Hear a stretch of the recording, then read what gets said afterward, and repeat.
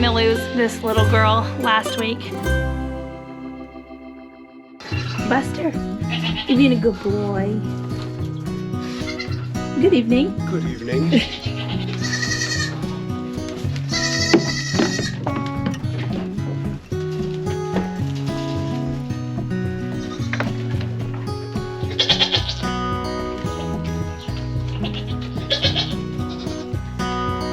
Well, hey guys, and welcome back to Sage and Stone Homestead. My name is Heather, and my voice is still not perfect, but something we're gonna have to deal with for a little while, I suspect. I actually started pretty recently doing a exclusively nighttime milking routine with my girls. I actually really like it. I'm not much of a morning person, and it gives me quality time with my husband at night because he's really been enjoying shooting some of the many mice that have been in my barn.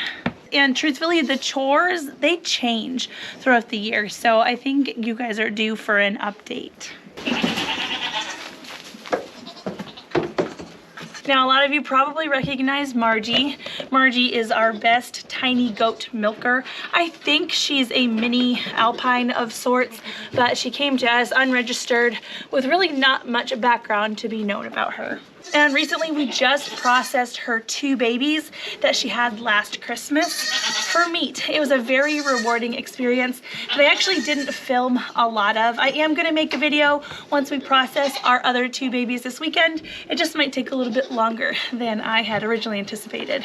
But because we processed Margie's babies, that means that they're not drinking her milk anymore, because until their last day, those babies were drinking all of her milk if I would let them. It was insane. They were 10 months old.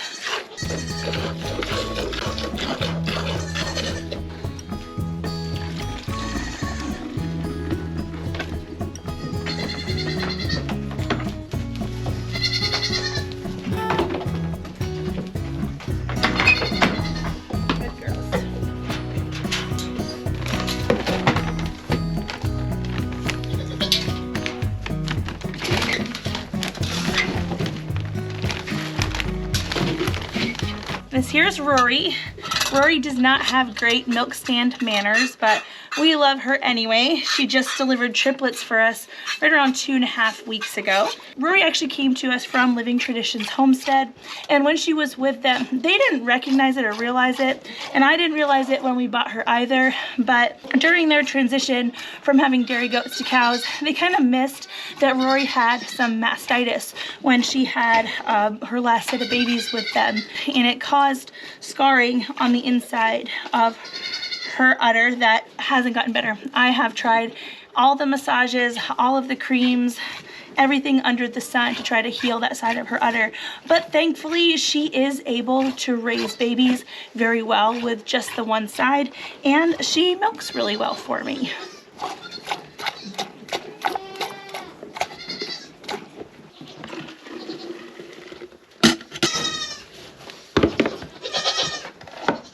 Pepper here, she gave us a big, beautiful single about 2.5 weeks ago as well. And as fidgety as Rory is on the milk stand, Pepper is 10 times worse. So I have a little rig that I hook up to Pepper to help me milk her. Otherwise, she's just gonna lay down. So what I have here is a sheep halter, a sheep and goat halter that I bought at the store. And they come with these little loops on the end that essentially can move around to make a different sized halter. And what I like to do is create 2 equal sides. This might be a little bit hard to describe, but once you have one of these in your hand, you know what I'm talking about. But I'm going to place each of her legs in one of these holes.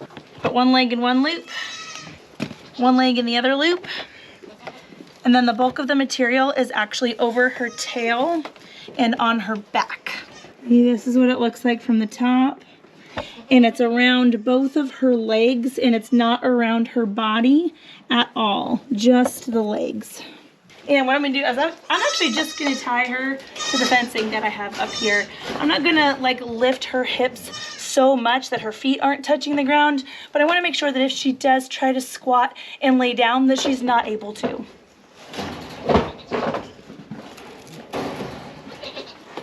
One of the issues with Pepper too is her teats they're not pointed straight down, which would be ideal, or a little bit angled forward. Her teats kind of go to the side, and it's pretty difficult to get all of the milk in the pail without like letting it run down the side.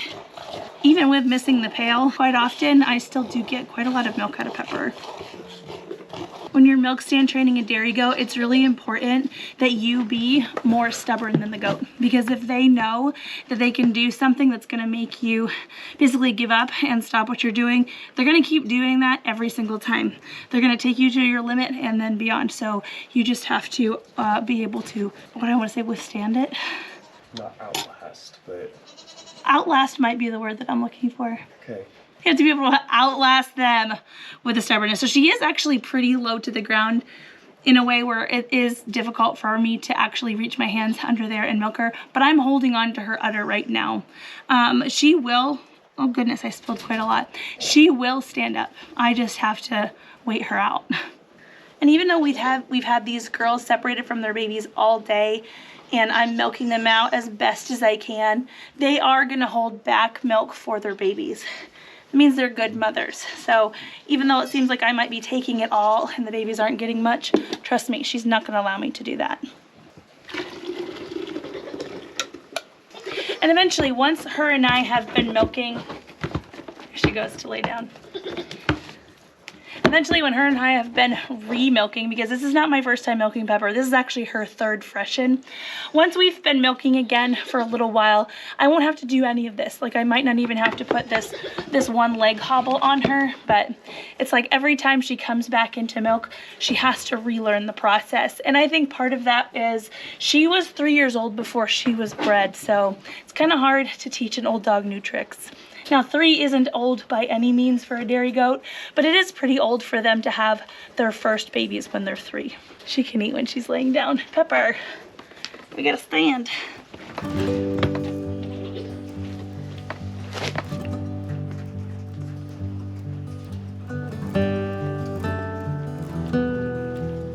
Now I can let go. Good girl, Peppy.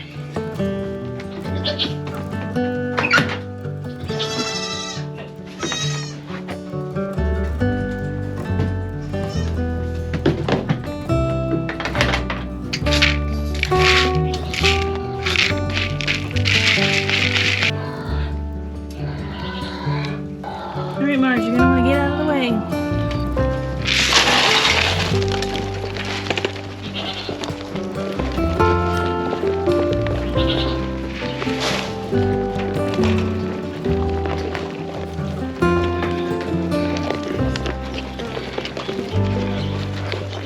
Do you like our quality time barn evenings? It's so much fun. Why do I feel like you have sarcasm? But really though. Yeah, I do enjoy shooting the mice. I think they're starting to catch on though. I need to give it a few nights. That makes sense. First night I came out here was... What'd you get, 6 or 7? Something like that, a lot. But arguably, the barn was a mess. I did have a lot of stuff everywhere, and I recently cleaned it up. And so there are a lot less places for them to hide, like you said. Or feel hidden, because now where they can hide is actually hidden. Yeah, underground.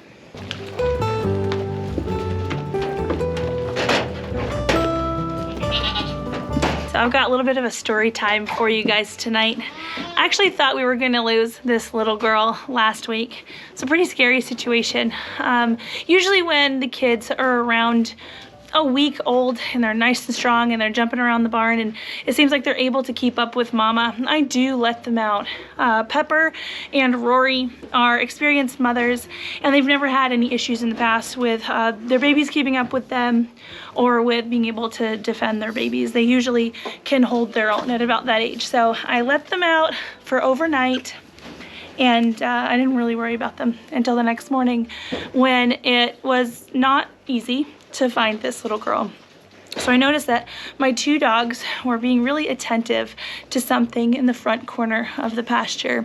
And when I got closer to it, I saw a little black lump out in the field, and it was about 40 degrees out that morning, and her ears and her little umbilical stump were soaking wet, and the inside of her mouth was cold. So she was hypothermic, and it was pretty scary. So I brought her back into the barn and got her up under the heat lamp, dried her off, and within a couple days she really did bounce back, and she's just good as new, like nothing ever happened at this point. But it turns out what we think happened was either she strayed away from Mama, and Mama, I guess, didn't care, which really doesn't seem like Pepper, or our livestock guardian Mars, whom she was with, tried to love her a little bit too much, picked her up and took her away from Mama, and decided to assume the parenting role, which I think that's the reason her ears and her umbilical stump were wet, because he was just licking her and licking her and licking her,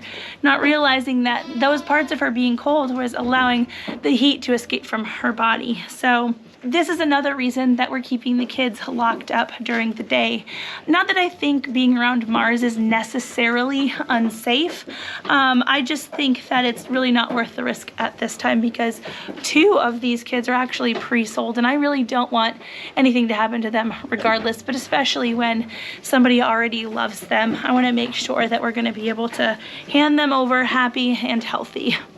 So what happens now is I come down early in the morning, right around 8:30, 9 o'clock, and I let the mamas out, and I put her with Rory's babies, and I let them play all day with some hay, with some water, a tiny bit of grain, and then the mamas can be with the herd, they can forage, they can head out to the pond, and in the evening times they come down and do the thing that you saw me do. And then the babies and mamas get all night together. So they have 12 hours on, 12 hours off from around 2 weeks old until weaning, which for us is 8 weeks old. You're a good mama, you are. I know. Your baby's eating your beard. Look at her, she's humongous. You're humongous. You have all that milky to yourself, that's why. So if you remember too, Rory actually had triplets, and she's only got 2 babies in the stall with her, and that's because we did sell one of her doelings as a bottle baby recently. I do like offering that option here locally. A lot of people will buy these goats as house pets, believe it or not, and being able to feed them from a bottle really helps with the bonding process, and I'm all for it. Especially with Rory's udder situation, it helps relieve the pressure on her broken udder, and it helps these other babies make sure that they have plenty to eat.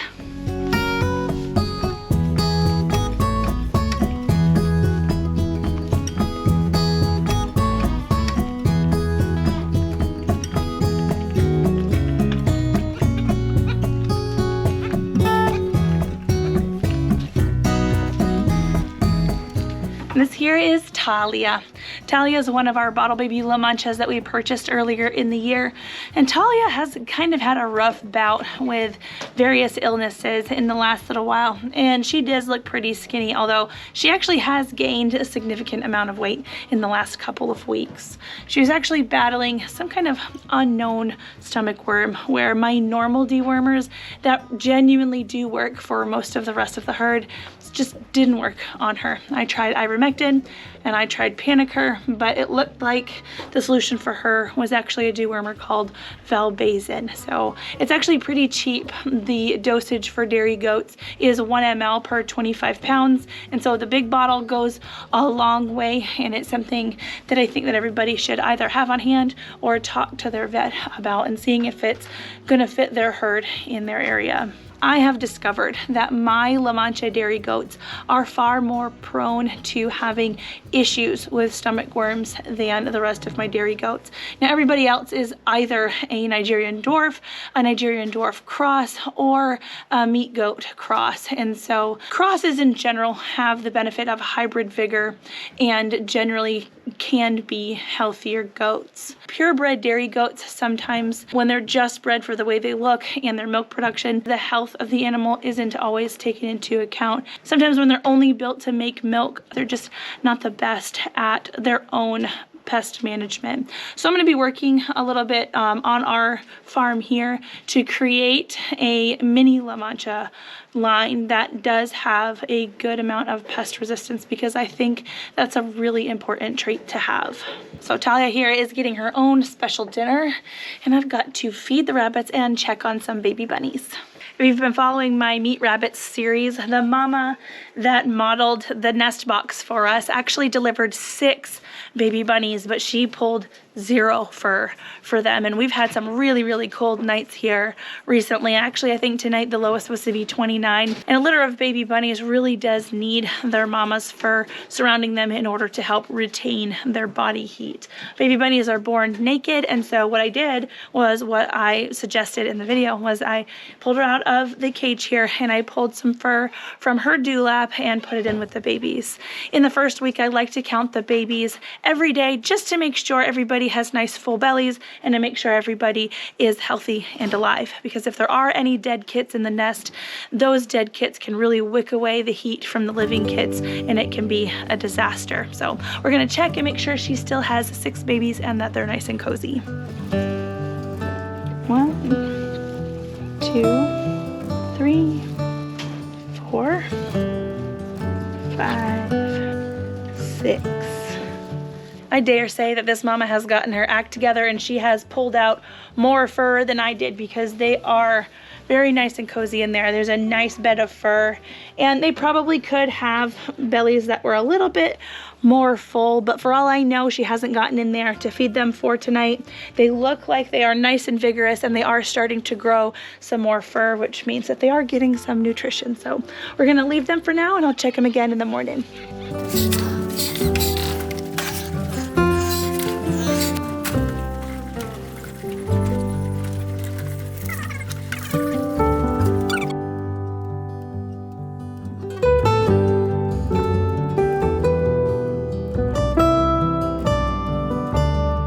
Thank you for joining me in the barn tonight, where we got about a half gallon of milk, around 1 million quail eggs, and we got to make sure that all the baby animals are good and cozy for the cold evening. If you're interested in seeing our Raising Rabbit series, I'm gonna leave that playlist right up here. And if you didn't see the videos where those cute little baby goats were born, I have a playlist for that too.